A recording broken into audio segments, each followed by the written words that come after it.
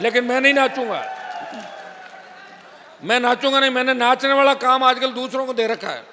RLP का एक व्यक्ति भी राजस्थान के अंदर जहां खड़ा हो जाता है और ये झंडा जहां दिख जाता है, सरकार की सांस भूल जाती है कि आरएलपी का झंडा। क्या फर्क पड़ गया? गाड़ी तो कैलाश जी की टूटी, मेरी थोड़ी टूटी थी। कैलाश जी भूल गए उस बात को, बार बार याद दिलाता रहता हूँ मैं। वो कहीं याद को नहीं था ना, क्या मैं करूँ मांटी केन की करूँ, मैं कद करूँ। तेजाजी महाराज के मंदिर की मूर्ति वाला जो मामला था, ये मैं घोषणा ही करके जा रहा हूँ कि उसी जगह जहाँ गांव वाले चाह रहे हैं मूर्ति लगवा देंगे आपके, ठीक है। आम हमारे बच्चे सीधे सत्ता के नजदीक जाए, मुख्यमंत्री कार्यालय में या सचिवालय में जाए तो उनको सम्मान मिले, और थाने में जाए तो थानेदार बोले चाय केसर वाली पियोगे या कोल्ड ड्रिंक मंगाऊं, बोलो बाबा जी, बोलो बच्चे। ऐसी व्यवस्था हम चाहते हैं। ऐसी व्यवस्था जब ही होगी जब हम ठीक होंगे। अभी तो आप भूल जाओगे सारी बातें। अब नए बच्चे जोशील हैं, वो तो ठीक। लोग ये भी कह रहे हैं, थक जाते हैं कि साहब कितना साल लड़ा हूँ और मैं क्यों कि बूढ़ा हो जाऊँ। बात तो सही कह रहे हो। उसका तो एक ही इलाज है, आप अपना काम धंधा भी करो, बिजनेस भी करो, नौकरियां लगे तो ठीक है, नहीं तो और कोशिश करेंगे। सारे नौकर थोड़ी होते हैं, लेकिन लड़ाई जोरदार ढंग से लड़ लो। और इस लड़ाई में इस बार ये मत कहो कि साहब हमारे बाड़मेर से तो ये उम्मीदवार लड़ रहा है, आप इसका ध्यान रखना, आरएलपी के मत, आरएलपी को छोड़ो, इसके साथ हो जाओ। फिर तो आरएलपी कभी नहीं आएगी। कहीं कोई निर्दलीय जीतेगा, कहीं कोई बीजेपी जीतेगी, कहीं कांग्रेस जीतेगी, और मैं अकेला ही घूमता रहूंगा और आप नारे लगाते रहोगे। क्या चाहते हो? 28 के अंदर हमने सबकी मदद कर दी, बाड़मेर की सीट पे भी कर दी, इस बार सब जगह कर दी। लेकिन राष्ट्रीय लोकतांत्रिक पार्टी की मदद करनी है। अब इस पौधे को तैयार करना है, वट वृक्ष बनाना है। ये देश के किसानों की आत्मा, देश के जवानों की आत्मा आरएलपी के अंदर बसती है। भाइयों, आरएलपी का जब नाम लेते हैं तो उत्तर प्रदेश, हरियाणा, दिल्ली के अंदर किसान के बेटे कहते हैं कि साहब आप आरएलपी को यहाँ मजबूत करेंगे हम। मैं उनको कहता हूँ, मैं यहाँ किसी को डिस्टर्ब नहीं करना चाहता, और हमारे भाई लड़ रहे हैं उनको लड़ने दो, लेकिन वो सब मुझे डिस्टर्ब करने राजस्थान में आते हैं, लेकिन मैं उनको डिस्टर्ब करने नहीं जाऊँगा, क्योंकि मेरे अंदर वो ताकत है, मजबूती है और हौसला है कि मैं मुझे बचाते हुए भी उनकी रखवाली भी कर रहा हूँ। तो आप लोग ताकत के साथ लड़ना। जल्दी आपको कार्यकारिणी की घोषणा के बाद स्वच्छता अभियान, दूसरे काम, दूसरे आंदोलन करते रहेंगे। और मैं आपको ये भी कह के जा रहा हूँ, हर 2 महीने, 1 महीने, 3 महीने के अंदर बाड़मेर जिले में आता रहूँगा। अभी तो शायद 1 साल और काफ़ी लंबे टाइम बाद प्रोग्राम बना है। मैं बाड़मेर के जवान, किसान और प्रत्येक व्यक्ति से 1000% खुश हूँ। आपको चिंता करने की आवश्यकता नहीं। किसी के कई बार बैठे बात कर लेते हैं, बैठे बैठे बात कर लेते तो होता है कि अपन कहते हैं यार गलत चले गए या वो हो गया। छोड़ो उन बातों को, वो गया वो तो अब गया, तो नई तलाश करनी है। तो नई तलाश तैयार कर लोगे आप लोग।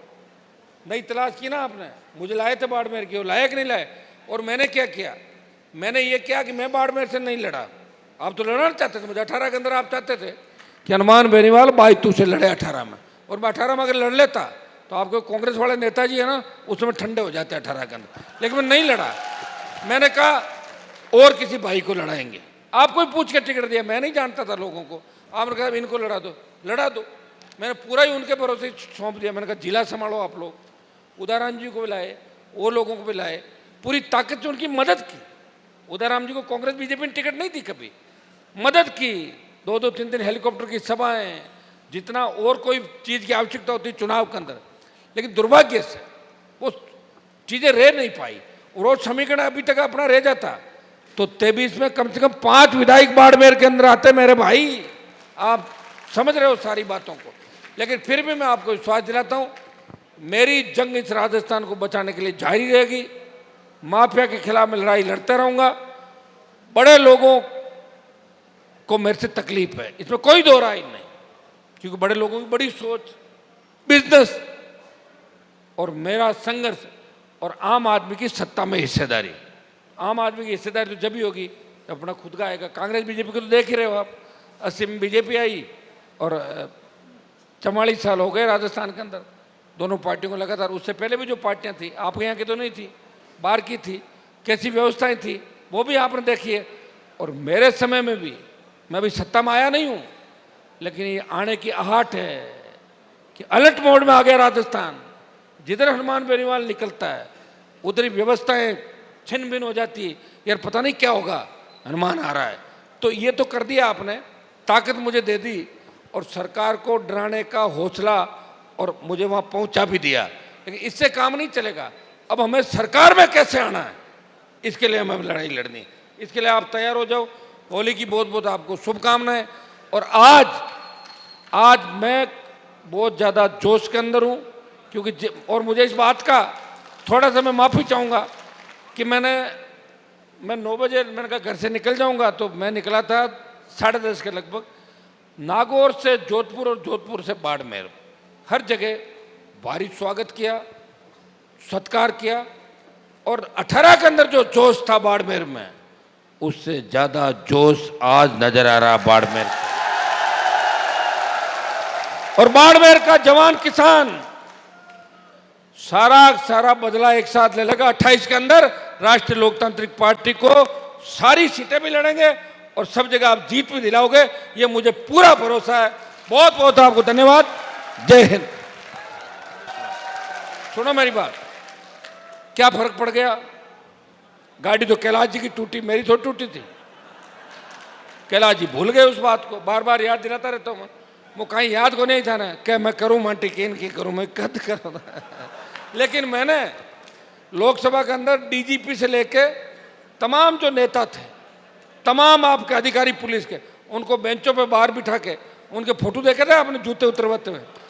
तो मेरे अंदर इतनी ताकत थी, मैं कहाँ चलाता। 2-3 यहाँ के बाड़मेर के मामले थे। एक तो हमारा सौपदम सिंह कौन है, तेजाजी महाराज के मंदिर की मूर्ति वाला जो मामला था, ये मैं घोषणा ही करके जा रहा हूँ कि उसी जगह जहाँ गाँव वाले चाह रहे हैं मूर्ति लगवा देंगे आपके, ठीक है। एक जोजरी लूणी बांडी नदी प्रदूषण का मामला उठाया, इसको खाली उठाने से नहीं होगा, इसका कुछ न कुछ इलाज करके और ट्रीटमेंट प्लांट वहाँ लगे ताकि लोगों को राहत मिले।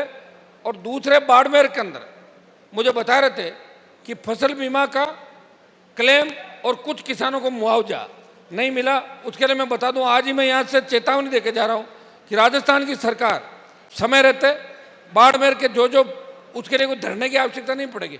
और तो यहाँ से कहना ही काफ़ी है, कलेक्टर सुन रही होगी, मुख्यमंत्री उसमें भी सुन रहे हैं।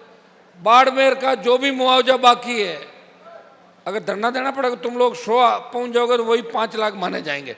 आरएलपी का एक व्यक्ति भी राजस्थान के अंदर जहाँ खड़ा हो जाता है और ये झंडा जहाँ दिख जाता है, सरकार की सांस फूल जाती है कि आरएलपी का झंडा यहाँ है। और एक ट्वीट पे सरकार हिल जाती। भाइयों, तो ये जो मुआवजे का मामला है, रोजगार का जो मामला है, इन सबको अपन नए सिरे से इसमें अपन करेंगे, मुआवजा भी दिलाएंगे, तमाम जो आपके काम है उनको भी कराएंगे। अब सब लोग अलग खाने की व्यवस्था भी कर दी, सारी व्यवस्थाएं एक एक करके बारी बारी से अपने अपने घरों को प्रस्थान।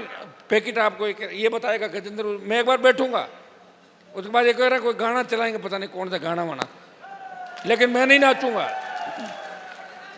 मैं नाचूंगा नहीं। मैंने नाचने वाला काम आजकल दूसरों को दे रखा है। क्या कौन सा है? हाथ कर लेना थोड़ा। सुनो तो बच्चों, अभी सुनो, अब हिलना मत, सब बैठ जाओ एक बार आप लोग, अगली जो बात बैठो। बहुत बहुत आपको धन्यवाद।